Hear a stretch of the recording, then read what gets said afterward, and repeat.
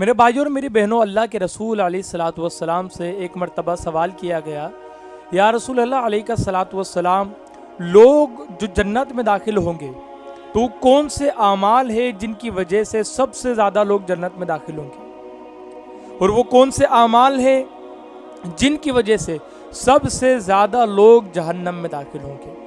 اللہ کے رسول علیہ الصلاۃ والسلام نے ان کا جواب دیا۔ حضور علیہ الصلاۃ والسلام نے ارشاد فرمایا کہ سب سے زیادہ جنت میں داخل کرنے والی دو چیزیں ہیں جس کی وجہ سے لوگ سب سے زیادہ جنت میں داخل ہوں گے۔ ان میں سے پہلی چیز ہے خوف خدا، یعنی اللہ کا ڈر۔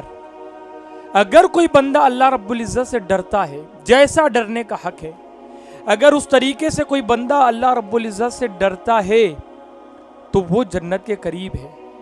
اسی وجہ سے آپ دیکھیں اللہ کے رسول علیہ السلام کتنا روتے تھے، صحابہ کرام رضوان اللہ علیہم اجمعین کتنا روتے تھے۔ حضرت عمر فاروق رضی اللہ تعالیٰ عنہ جب امامت کرتے، نماز پڑھاتے، تو آپ اتنا روتے تھے کہ آپ کے صاحبزادے فرماتے ہیں کہ میں آخری صف میں ہوتا تب بھی حضرت عمر فاروق رضی اللہ تعالیٰ عنہ کی ہچکیوں کی آواز میں سنتا تھا، اور آپ فرمایا کرتے تھے کہ کاش عمر کو اس کی ماں نے جنا نہ ہوتا، پیدا نہ کیا ہوتا، عمر انسان نہ ہوتا، پرندہ ہوتا جو مر کر کے مٹی بن جاتا، تاکہ عمر کو اللہ رب العزت کے سامنے کھڑا نہ ہونا پڑتا۔ عمر اپنے رب کے سامنے حساب دینے کے لیے کھڑا کس طریقے سے ہو؟ یہ خوف خدا تھا ان کا، اس طریقے سے وہ خوف کرتے تھے۔ حضرت عثمان غنی رضی اللہ تعالیٰ عنہ کتنا روتے تھے، حضرت عمر فاروق کے تو چہرے پر نشان پڑ گئے تھے آنسوؤں کے بہنے کی وجہ سے۔ تو خوف خدا یہ لوگ اتنا کرتے تھے، اور اللہ کے رسول علیہ الصلاۃ والسلام ارشاد فرماتے ہیں نا کہ جہنم کی جو آگ ہے اس کو دنیا کا کوئی پانی نہیں بجھا سکتا، لیکن خوف خدا میں رونے والا ایک آنسو اس آگ کو ٹھنڈا کر دیتا ہے، اور ایک بندے کو لایا جائے گا قیامت کے دن، اس کا حساب ہوگا تو اسے جہنم کا حکم سنایا جائے گا، لیکن اس کی آنکھ سے نکلنے والا اس کے آنکھ کا بال جو ہے، پلک کا بال، یہ اللہ تعالیٰ کی بارگاہ میں گواہی دے گا کہ مولا یہ جو بندہ ہے نا، یہ تیرے خوف سے رویا تھا، اور اے اللہ میں بھیگا تھا، میں گواہی دیتا ہوں کہ اس کے آنکھ سے تیرے ڈر سے آنسو نکلا تھا۔ تو اللہ تعالیٰ اس کی گواہی پر اس بندے کو معاف کر دے گا اور وہ جنت میں داخل ہوگا۔ خوف خدا میں رونے کی یہ برکت ہے۔ تو اللہ کے رسول علیہ السلام ارشاد فرماتے ہیں کہ جو بندہ اللہ سے ڈرے وہ جنت میں داخل ہوگا۔ اور اللہ سے ڈرنا کب ہے؟ جب گناہ کا وقت ہو، گناہ کا من ہو، تو اس وقت اللہ سے ڈر کر کے رک جائے۔ جب نیکیوں کا موقع ملے تو اللہ سے محبت کرے اس وقت، اور اس نیکی کی طرف بڑھے۔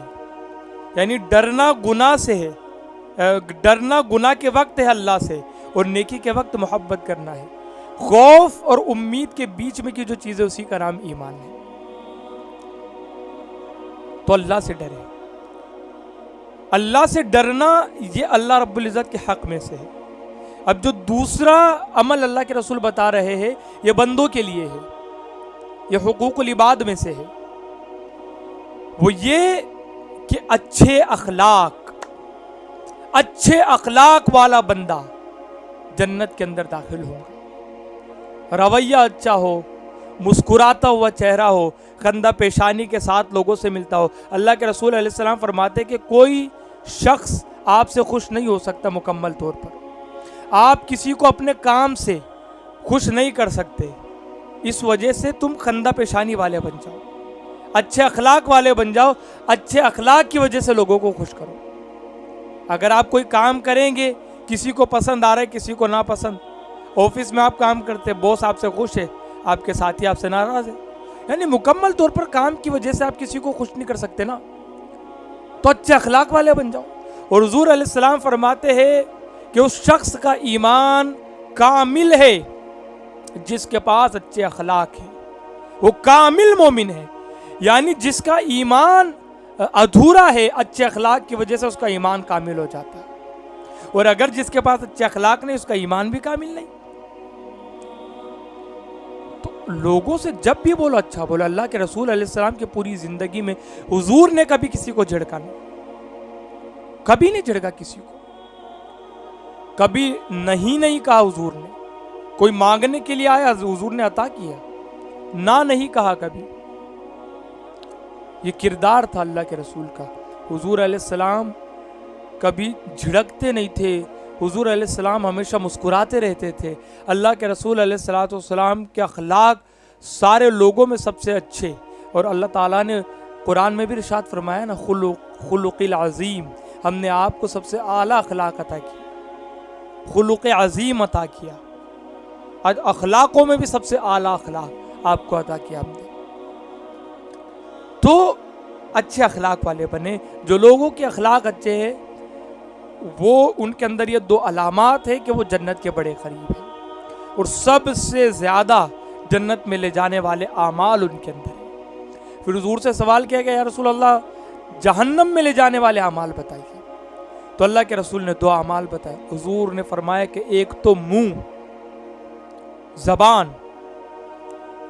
جس کی وجہ سے آدمی چغلی کرے، غیبت کرے، بہتان تراشی کرے، لوگوں کو جھڑکتا پھرے۔ چغلی کتنا بڑا عذاب ہے چغلی کا۔ غیبت کرنا اپنے مومن بھائی کا گوشت کھانے کے برابر۔ بہتان تراشی کرنا گناہ کبیرہ میں سے ایک، بڑے گناہوں میں سے ایک۔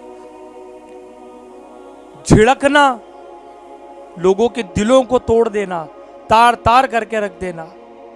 تو زبان کی وجہ سے آدمی سب سے زیادہ جہنم میں جائے گا۔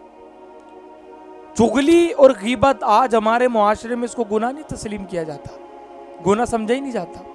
جھوٹ بھی ایک بڑا گناہ ہے۔ ساری بری عادتوں میں سب سے بری عادت جھوٹ، جو زبان سے ہوتا ہے۔ اور اللہ کے رسول علیہ السلام کے حدیث بھی کثرت سے ہے جھوٹ کی مذمت پر، قرآنی آیات ہے جھوٹ کی مذمت کے اوپر۔ ساری بری عادتوں میں سب سے بری عادت جھوٹ۔ مومن کبھی جھوٹا نہیں ہو سکتا، اللہ کے رسول کی حدیث ہے۔ جو مومن ہوگا جھوٹ نہیں، جھوٹ بولنا منافق کی علامت ہے۔ جھوٹا انسان اپنے اندر منافق کی ایک عادت کو لے کر کے چل رہا ہے۔ تو جھوٹ سے بچے، غیبت سے بچے، جھڑکنے سے بچے۔ اللہ کے رسول فرماتے دو چیزوں کی ضمانت دے دو، میں تمہیں جنت کی ضمانت دیتا ہوں۔ ایک تو دونوں جبڑوں کے بیچ کی چیز یعنی زبان، اور دونوں ٹانگوں کے بیچ کی چیز شرم کا۔ یہ دو چیزوں کی ضمانت دے دو، میں تمہیں جنت کی ضمانت دیتا ہوں۔ ایک مثال بھی پیش کی جاتی کہ روزانہ صبح میں سارے بدن کے اعضاء ہاتھ جوڑ کر کے زبان کے سامنے آتے اور کہتے کہ تو چپ رہنا، تو چپ رہنا، تو تو بول کر کے اندر چلی جاتی ہے، اور تیرے ارد گرد دانت جو تیری حفاظت کرتے ہیں، تیری وجہ سے ہمیں تکلیف پہنچتی۔ لوگ جب ہم کو مارتے تو اندر چلی جاتی ہے، لیکن ہم کو درد ہوتا ہے نا، ہم کو درد ہوتا ہے۔ تو زبان کی حفاظت ضروری ہے۔ زبان سے بڑے بڑے گناہ ہوتے ہیں، زبان سے ہی گناہ کے لیے لوگوں کو کنونس کیا جاتا ہے۔ تو زبان یہ دوزخ میں لے کر کے جائیں گی۔ دوسری چیز اللہ کے رسول فرماتے شرم کا، جس کی وجہ سے آدمی زنا کی طرف بڑھتا ہے، لواطت کی طرف بڑھتا ہے، اور شہوات اس کے ابھر جاتے ہیں۔ وہ اپنے نفس کو کنٹرول نہیں کر پاتا، اور نفس کو کنٹرول کرنا جنت میں داخل ہونا ہے۔ پہلا قدم نفس پر، دوسرا قدم جنت۔ تو میرے بھائیوں، اللہ کے رسول علیہ السلام کی اس حدیث پاک سے بہت کچھ سبق ہم کو ملتے ہیں۔ ایک تو یہ کہ اگر جنت میں داخل ہونا ہے، اللہ کا ڈر اپنے دل میں پیدا کرے، حسن اخلاق اپنائے، اپنی زبان کی حفاظت کرے، شرمگاہ کی حفاظت کرے۔